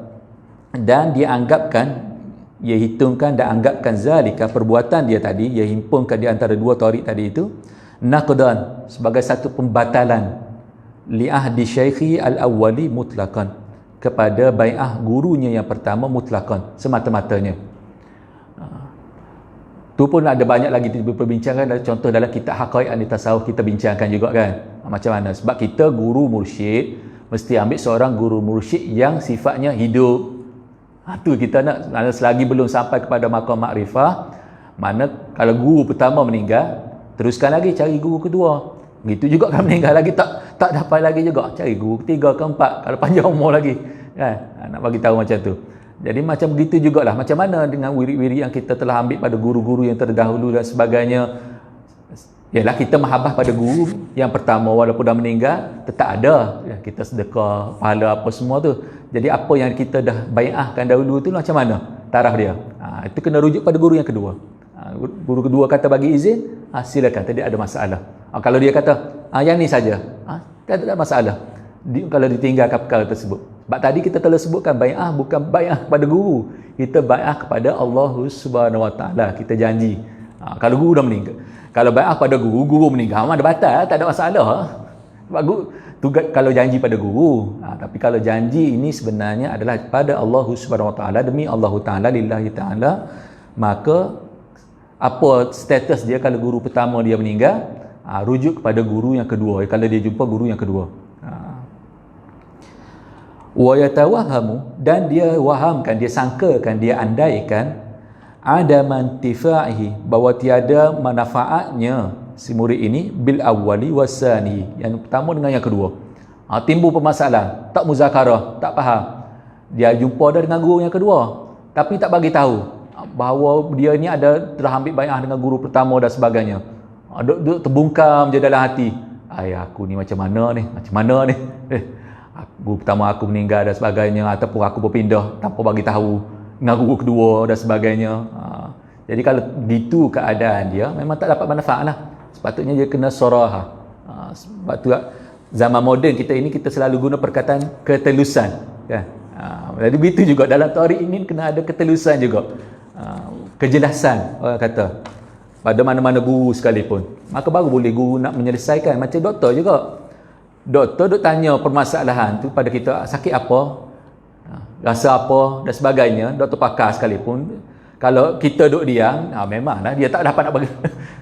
Kita jumpa, betul dah jumpa doktor pakar, tapi jumpa dengan dia tu, doktor tolong berubat. Takut dia perambat. Sebabnya kita duduk diam. Patutnya dia nak analisis, nak bagi obat tu, kena tahulah sakit apa, bahagian mana yang rasa sakit, apa yang masalahnya, kena ceritalah semua sekali. Bila cerita semua sekali, barulah dia boleh bagi obat, cara penyelesaian dan sebagainya. Begitu juga pengobatan kerohanian ini, begitu juga dengan guru-guru mursyid ini perlu ada ketelusan ini juga. Pada muka surat yang seterusnya, warubbama, dan kadang-kadangnya yakunu, menjadilah al-mutamassiku, orang yang berpegang bihazal kalami, dengan kata-kata ini, dengan pendapat ini, min ahlil ilmi, daripada kalangan orang yang memiliki ilmu dah, maknanya tengah mengaji tinggi dah. Kalau kita orang awam berlaku permasalahan itu, memang tak heran, sebab kita memang kekurangan dalam bidang ilmu dan bahan rujukan dan sebagainya. Jadi cumanya kita tak sarahah, tak teluskan, tak sampaikan permasalahan ini kepada guru mursyid tersebut. Jadi apa kiranya permasalahan ini berlaku juga pada kalangan orang yang alim dah. Dia pakar dah dalam bidang fiqh, dia pakar dah dalam bidang hadis. Cumanya dia ini ada pendapat dia sendiri. Dia ada guru mursyid, tapi dia gunakan pendapat dia sendiri. Rasa dia hebat lagi. Sebab dia dah alim dah dalam bidang fiqh, aku boleh baca kitab tu yang besar dan sebagainya. Hadis pun aku banyak dah periwayatan daripada itu apa semua dan sebagainya. Apa jadinya juga? Rupa-rupanya yang berpendapat macam ini pun ada pada kalangan ahli ilmu pun kadang-kadangnya. Sebab itu dikatakan rubbama tadi itu. Rubbama maknanya kadang-kadangnya berlaku juga. Fayazida 'alal awwali mujadalatan. Maka dia menambahkan ke atas keadaan yang pertama tadi itu mujadalatan, dalam keadaan berjidal, berdebat pula. Kalau tadi, kalau orang awam permasalahan, kalau orang alim bagi tahu permasalahan, penyelesaian dengan hujah dan sebagainya, mungkin mudah menerima. Tapi kadang-kadangnya orang yang lebih tinggi ilmu pengetahuan ni dan baru saja nak mengikuti jalan kerohanian ini, menyebabkan kadang-kadang dia berdebat pula dengan guru mursyid. Nak ambil, bukan tak nak ambil dengan guru mursyid, ambil pada guru mursyid, tapi dia pula berdebat dengan guru pula. Guru, kenapa guru buat macam ni? Sedangkan hujah begini. Yang macam tu tak dapat manfaat juga. Menyebabkan permasalahan juga. Nak bagi tahunya kadang-kadang menjadi permasalahan itu jadi lebih teruk lagi. Itu yang nak bagi tahu ni. Orang awam permasalahan kecil, tapi bila diberikan penyelesaian dia mudah menerima. Tapi terkadang kalau permasalahan ini berlaku daripada seorang yang memiliki ilmu yang tinggi, menyebabkan kadang-kadang untuk menerima itu kena berdebat dengan berhujah dengan cukup panjang lebarnya. Sedangkan kita dari dalam tarik jalan kerohanian ini, kalau boleh kita memang nak kurangkan berdebat ni.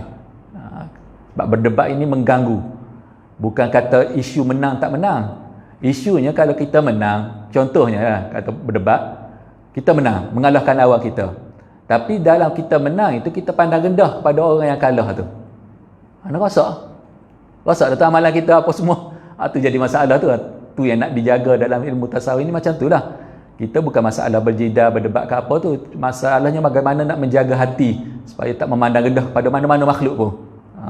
Tapi sebabkan kita menang berjidal, berdebat tu, sebabkan kita pandang rendah ataupun keluar beberapa perkataan yang tidak elok pada yang kalah berdebat dengan kita tu. Itu yang menyebabkan kadang-kadang kenapa orang yang kalah berdebat tu, yang si lawan itu tak nak ikut yang orang yang menang. Sebabnya macam ni lah. Isunya sebab pandang rendah. Pandang rendah, keluar beberapa perkataan dan sebagainya. Binususin, dengan beberapa nas. Sebab dia orang alim, dia tahu nas Al-Quran dan hadis, tahu kitab tu kitab ni dan sebagainya, makin berdebat pula. Yudafi'u biha an nafsi, yang dia cuba pertahankan biha dengan nas-nas ini daripada diri dia sendiri. Guru suruh buat macam ni, tiba-tiba dia kata, dia boleh kata tidak. Dan tidak itu pula bukan tidak sebab tak tahu, tidak sebab kata aku ada dalil yang lain yang mengatakan sebaliknya, begini dan begini. Sebab apa dia nak berguru? Guru sendiri dah kata betul alim. Dan kalau betul dah alim, kenapa nak berguru lagi?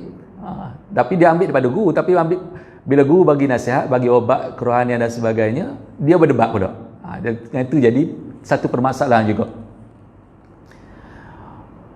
Wa yuhimu biha ghairahu, dan dia timbulkan waham, suatu andaian biha dengan nas-nas ini ghairahu, orang yang lain pula. Kalau dia saja bermasalah, tak terima dengan pandangan tarbiyah guru mursyid itu, tak ada masalah lah kemungkinannya. Ni ajak orang lain pula ikut dengan pendapat dia yang tak betul itu. Itu yang jadi satu permasalahan yang lain pula.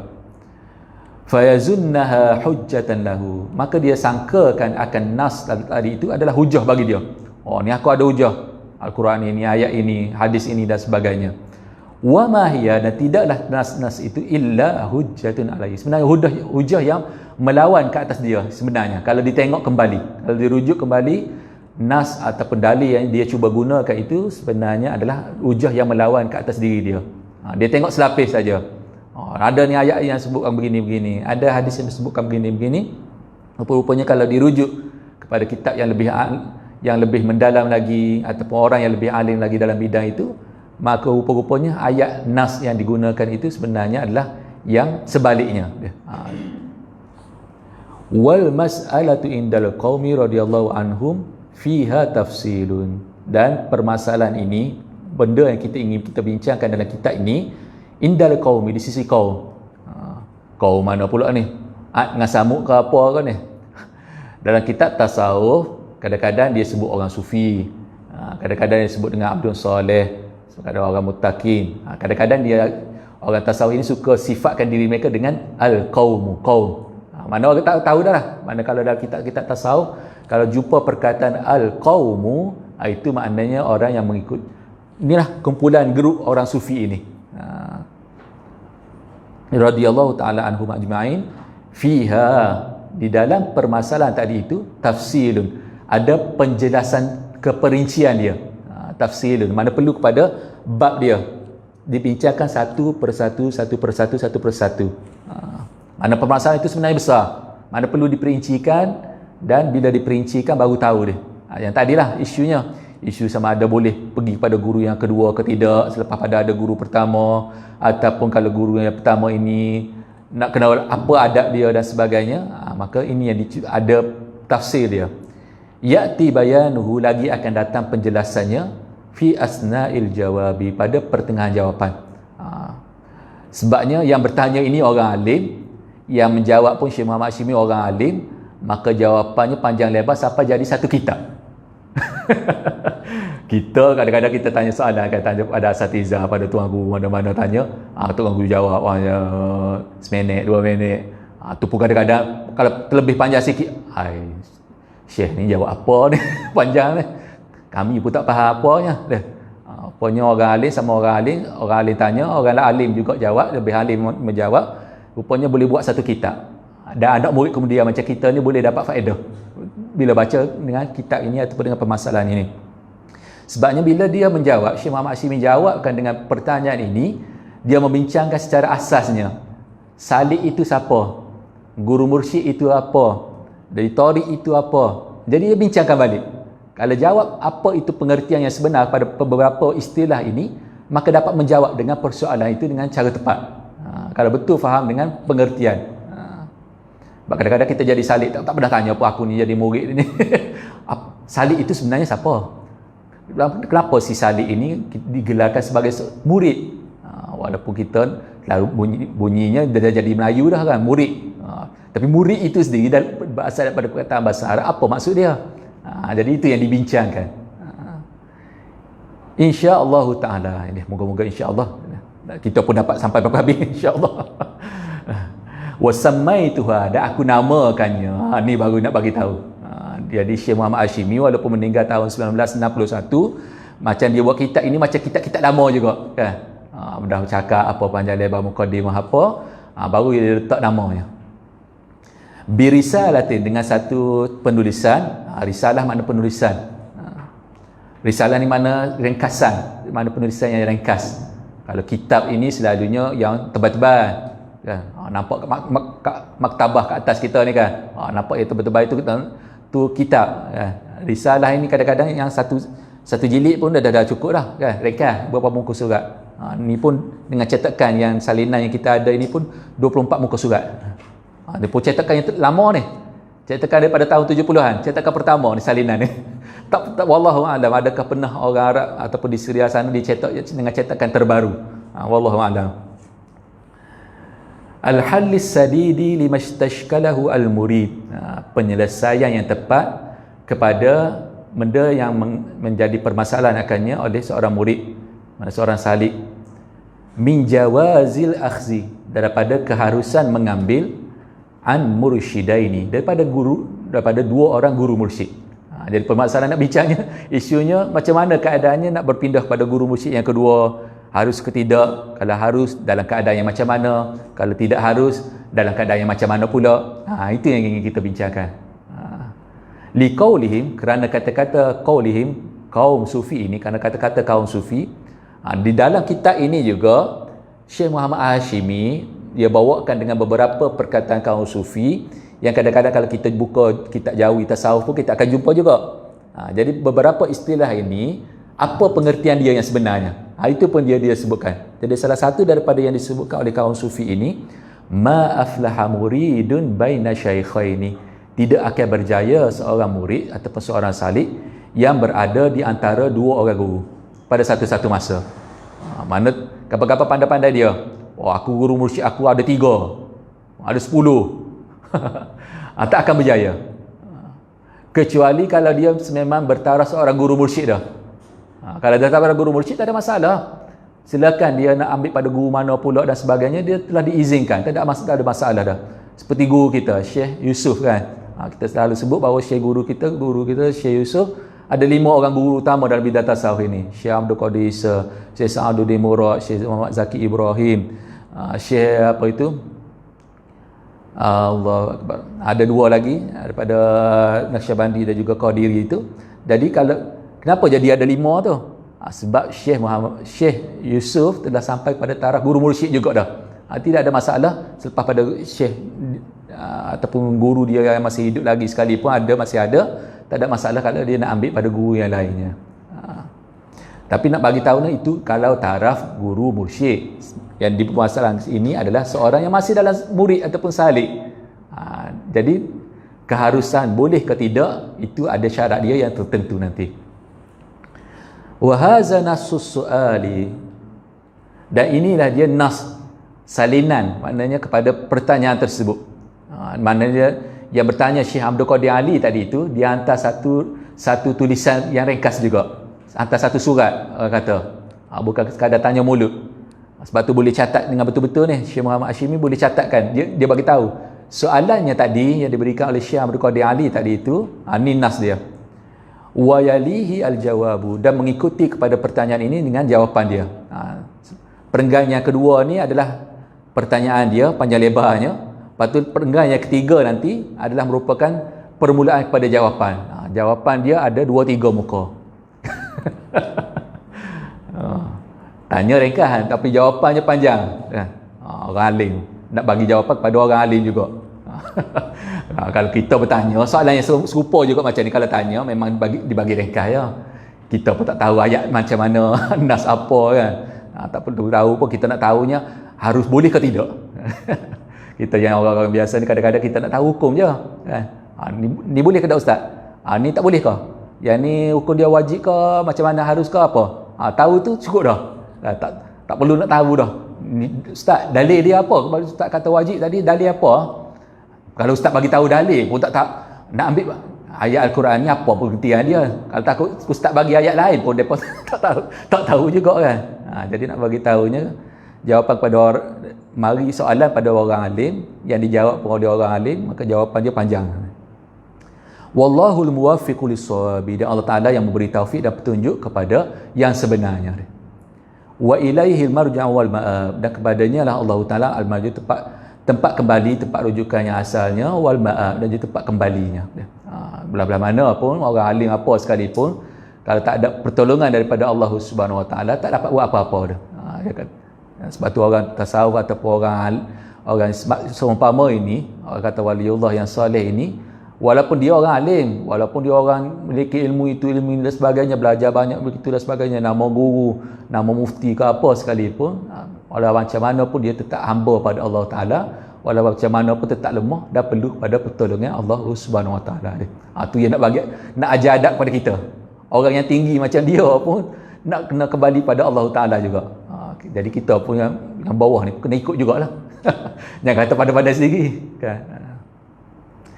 Qala as-sa'ilu al-fadilu, maka telah menyebutkan oleh si penanya al-fadil yang mulia ini, Syekh Abdul Qadir Ali tadi itu, thumma al-marju, kemudian yang diharapkan. Ayat pun sebab ayat risalah, maka ayat tu orang kata ayat surat rasmi. Ayat pun ayat cantik, penuh beradab. Tak ada kata, Syekh, apa jawapan ni?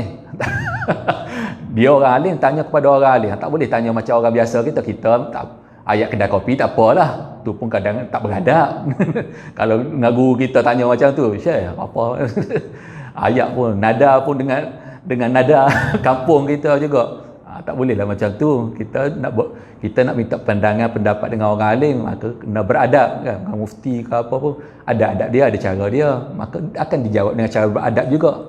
Jadi tiba-tiba kita buat dengan tak beradab, tak dapat jawapan. Ataupun orang alim tu malas nak bagi jawapan sebab kita tak kena cara. Memang patutlah kita tak jawab pun. Ataupun kalau dia menjawab malas-malas begitu, ataupun jawab ringkas aja kan. Kita pun tak puas hati. Sebab kita cara bertanya pun dalam keadaan tak kena ayat, tak kena cara dia. Tapi di sini Syekh Abdul Qadir Ali tadi itu dia bagi satu bentuk ayat yang dikatakan ayat surat rasmi, betul beradab dan sebagainya.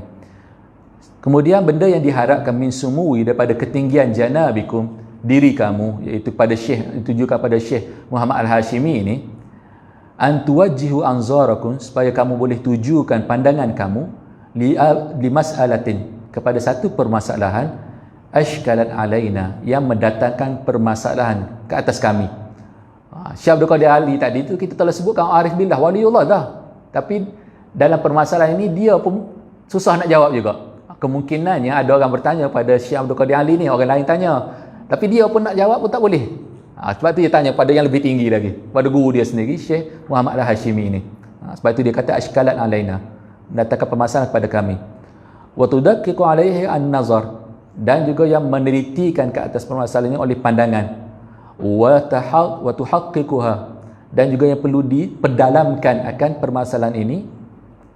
Wa hahiya, dan inilah dia qauluhum, beberapa ucapan kaum sufi. Pertanyaan tentang ucapan kaum sufi. Ma aflaha mutalaffitun, tidak akan berjaya, maknanya tidak akan berjaya seorang salik, seorang murid, mutalaffitun, yang dia berpaling. Dia ada guru dah, tapi tiba-tibanya, contohnya dengar ataupun kawan dia cerita, sana ada guru tu hebat lagi, tu wali besar lagi, kutuk tu, khabar-khabar aku boleh pergi mengaji. Tu yang kata mutalafik, yang kata yang mutalafik ni kadang-kadang bukan makna berpaling, dia kadang-kadang macam kita lah, kita keling. Tahu keling kan, kita tengok dengan hujung mata kan. Macam tu pun dikatakan dalam sebagai seorang salik ini, keling tengok pada guru yang lain itu, kalau tidak kena dengan cara dan adab, dia tidak akan dapat kejayaan dalam perjalanan kerohanian ini. Ma aflaha muridun baina syaikhaini, tidak akan berjaya seorang murid, mana tidak akan berjaya sampai kepada maqam makrifah, seorang murid yang berada di antara dua orang guru mursyid. Sekejap dia pergi guru A, dia ulang alik pergi guru B.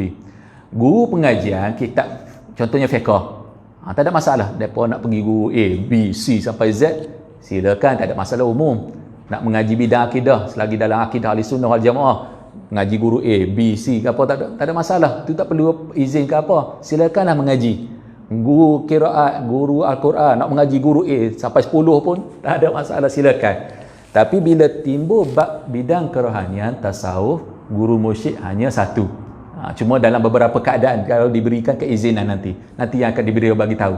Tapi secara umumnya macam yang disebutkan oleh ayat ini dia. Muridun baina syaikhaini kal mar'ati bainar rajulaini. Seorang murid dibuat contoh kan yang berada di antara dua orang guru, seumpama seorang isteri, seorang perempuan, seorang isteri yang berada di kalangan dua orang suami. Penat memang tak ada pun, syariat pun tak benarkan kan.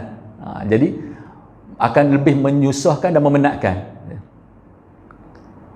Kalau seorang suami di antara dua isteri, tu ramai.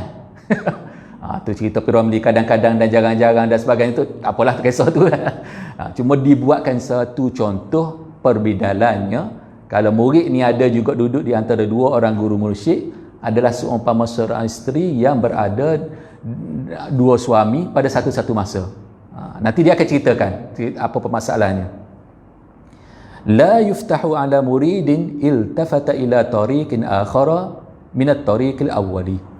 Tidak akan diberi futuh bukaan kerohanian, tidak berikan anugerah kerohanian ke atas seorang murid yang dia itu berpaling, tengok, perhati kepada jalan yang lain min at-tariqil awwali, daripada jalan yang pertama. Ikut dah dengan guru pertama, manhaj yang dah ada dan sebagainya, betul dah, guru yang pertama pun betul dah. Tiba-tiba dia nak pada guru yang kedua, nak pada guru yang ketiga dan sebagainya, pandai-pandai begitu saja dengan tanpa adab dan sebagainya. Maka ini dikatakan la yuftahu, tidak akan diberi futuh, tak beri bukaan kerohanian, tidak akan diberikan apa itu yang dikatakan kesembuhan kepada kerohanian dia. Manakala begini keadaan dia. Wa rubbama, dan kadang-kadangnya kana akhzuhu li tariqin thanin qati'an minal qawati'i. Jadilah pengambilan dia daripada jalan yang kedua itu, kalau dia ambil pada guru yang kedua, tariq yang keduanya, dengan keadaan tidak beradab dan sebagainya, ini menjadi qati'an, pemutus, minal qawati'i, daripada benda-benda yang boleh memutus dan menghalangkan perjalanan kerohanian ini. Macam kita berjalan ni juga, jalan ni kejap-kejap jalan ada tanah runtuh, jalan-jalan ada jambatan halangan itu, halangan ini, ada lubang dia dan sebagainya. Maka perjalanan kerohanian ini ada yang qawatik dia juga. Dia salah satu yang dianggap sebagai memutuskan perjalanan ini bila dia pandai-pandai nak pergi kepada guru yang kedua, ketiga, manhaj yang kedua atau ketiga itu dengan tanpa adab dan bertanya kepada guru kedua dan juga guru yang pertama.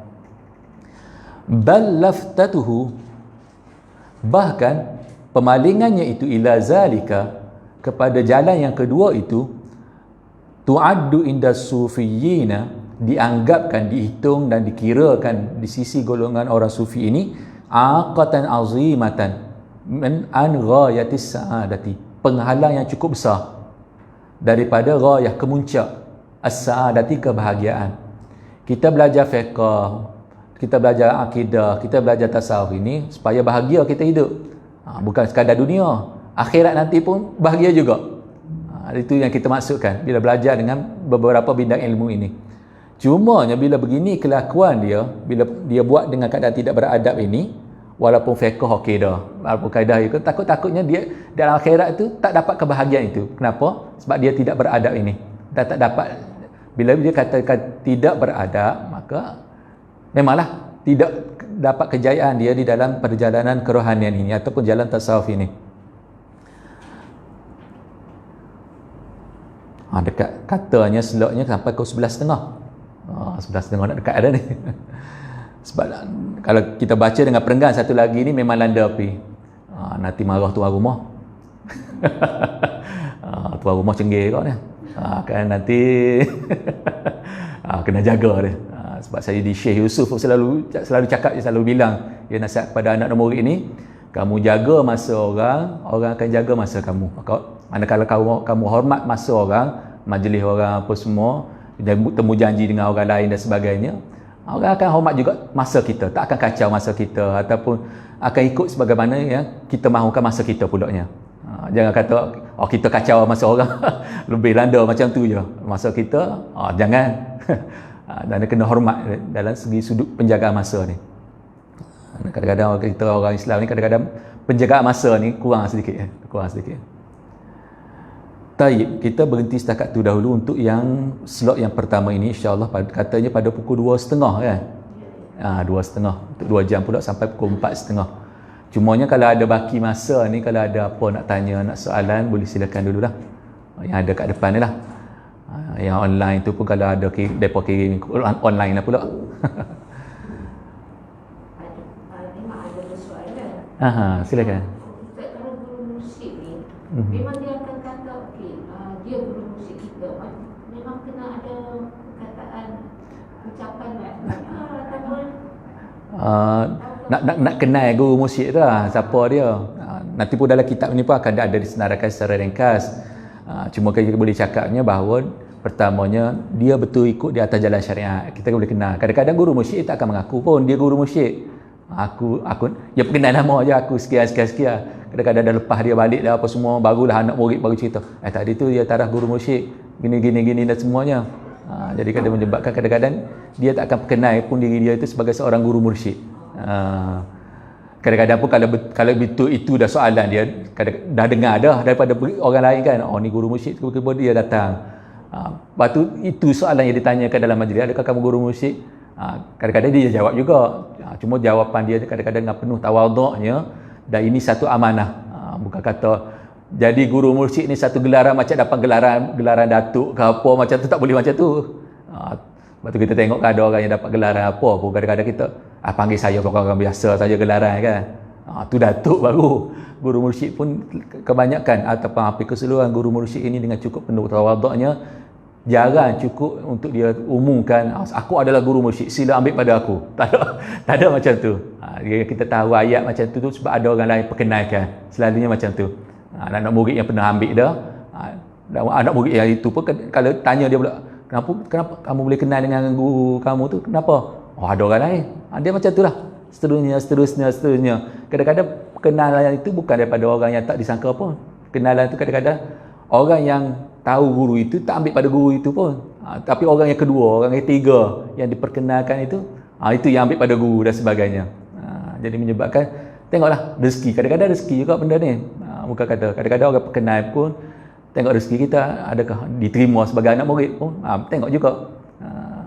Kadang-kadang pun bagaimana kita ada hak untuk memilih pada guru musyrik, maknanya dengan sifat dan sebagainya mencari, maka guru juga sebenarnya ada hak juga untuk mengambil kedak menerima anak murid. Kadang-kadang tengok pada rezeki juga. Mungkin kamu ni kalau tengok keadaan sebagainya sesuai dengan kawan aku, sila pergi jumpa dengan kawan aku, tara guru musyrik juga sekian. Kalau dia perkenalkan macam tu, tak ada masalah dah. Tapi secara umumnya, kalau nak dikatakan nak kenal guru musyrik disebabkan dia umumkan dia sebagai guru musyrik, rasanya amat jarang sekali. Amat jarang. Kecuali pun tadilah bersempena. Mungkin ada orang tanya dan sebagainya. Sebab nanti dalam kitab ini pun akan disenaraikan secara ringkas. Ada sanad pada guru dia. Kenapa kita tahu dia ni seorang guru? Sebab kita tahu guru dia yang dulu tu pernah bagi sanad kepada dia, izin dia, ijazah kepada dia sebagai seorang guru juga. Melalui itu baru tahu. Tu kadang-kadang kita kenal guru tu sebab ada anak-anak murid yang lain yang bagi tahu. Selalu banyak macam tu lah, baru kenal. Dia seorang guru musyrik sebabnya guru dia dulu bagi ijazah tu pada dia. Dalam zaman moden ini pun, untuk menjaga daripada fitnah pun, ijazah yang diberikan ini dicatatkan secara ketat ni. Ada ijazah dia. Diberikan secara dan diumumkan pula kalau betul diberikan ijazah ini. Tak boleh kata sembunyi. Masa bila guru bagi ijazah kepada kamu sebagai guru musyrik dan sebagainya. Tak ada cerita tersembunyi. Tadi yang kita sebut tadi tu, zaman moden ni ceritanya ketelusan, integriti kita tak katakan. Semuanya jelas. Mana kalau kita tanya pada guru kita apa, betulkah Syekh dapat izin pada guru kamu? Dia boleh tunjuk. Ni ijazahnya. Daripada guru dia sekian-sekian, guru dia yang asal, ada tanda tangan apa semuanya cukup lengkap. Tak ada kata semalam aku mimpi. Bukan tak ada cerita yang macam tu, tapi keesokan tu selalunya dia terpaksa ambil pada guru yang lain juga. Kenapa kalau mimpi sekalipun terpaksa ambil pada seorang guru yang hidup juga. Sebab tu kita sebut bahawa ilmu tasawuf hampir sama, serupa dengan ilmu yang lain juga. Kena ada sanad dia. Fiqh dia ada sanad dia, sambungan sampai pada Rasulullah, bidang tasawuf, bidang Al-Quran, bidang apa, hatta ilmu nahwu pun. Cuma sekarang ni disebabkan ilmu nahwu betul, tak ada orang akan baca bagi atas bagi bawah, tak betul dah. Tak ada masalah. Ataupun hatta bidang apa tu, bidang tajwid, diberikan kemudahan sedikit. Dengar dah masyayikh yang betul baca Al-Quran dalam radio dan sebagainya kan. Cuba tiru yang macam dia baca tu. Itu tidak ada masalah, tu pun susah, amat susah. Sekadar nak tiru, kena berguru juga. Nak tengok guru sebut huruf tu, makharij dia tu dengan mulutnya, dengan apa, lidah duduk mana. Begitu juga tasawuf pun begitu juga. Mana ada sifat-sifatnya yang tertentu. Bukan disebabkan semata-mata dia istiharkan begitu saja. Ada lagi soalan kau? Tak boleh, pukul 2.30 nanti himpun-himpunkan itu. Kalau tidak ada masalah, kita selesaikan dulu dengan sama-sama membaca tasbih kafarah dan surat al-asr. Subhanakallahumma wa bihamdika asyhadu an la ilaha illa anta astaghfiruka wa atubu ilaik. Bismillahirrahmanirrahim. Wal 'asr innal insana lafi khusr illa alladhina amanu wa 'amilus solihat wa tawasaw bil haqqi wa tawasaw bis sabr. Walhamdulillahi rabbil alamin.